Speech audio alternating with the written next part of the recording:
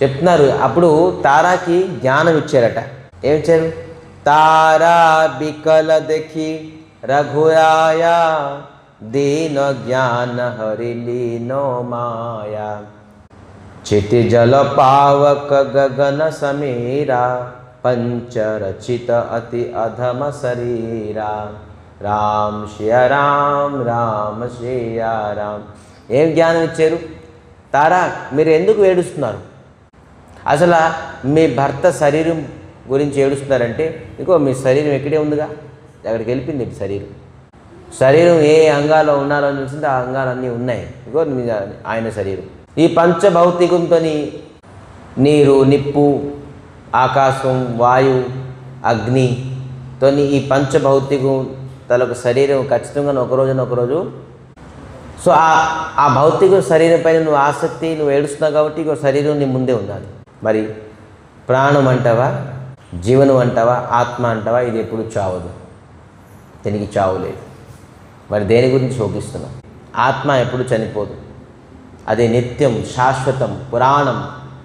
నా హన్యతే హన్యమాన శరీరే దేహినోస్మిన్ తథా దేహే కౌమారం యౌవనం జరా తథా దేహాంతర ప్రాప్తి ధీరస్ తత్ర నో ముహ్యతే.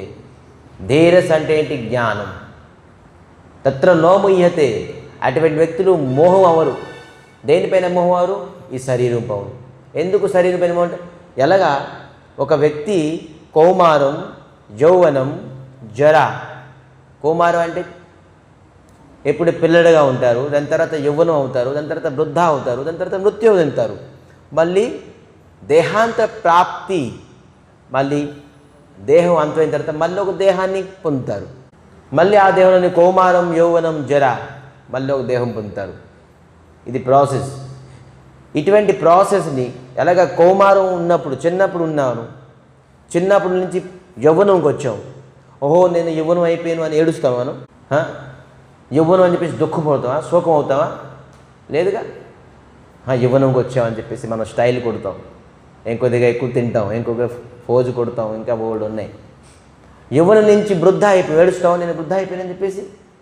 పెద్దవాడిని నేను ఇంటికి పెద్దని, వయసుకి పెద్దలని, నేను ఆ విధానం ఉండాలి అనే పద్ధతిగా వచ్చేస్తుంది. యవ్వనం అయిన తర్వాత చనిపోయడం కూడాను అలాగే సాధ్యం. దాని గురించి చేయడం అవసరం లేదు. ఆ చనిపోయిన తర్వాత మళ్ళీ మనకి జన్మం ఉంటుంది. దేహాంతర ప్రాప్తి, దేహం అంతం అయిన తర్వాత ఇంకోసారి ప్రాప్తి అవుతుంది. తత్ర నోముయ్యతే. ధీరస్, జ్ఞానిలు దాని గురించి శోకం కానీ దుఃఖం కానీ పొందరు అని తారాకి అనేక జ్ఞానం ఇస్తున్నారు.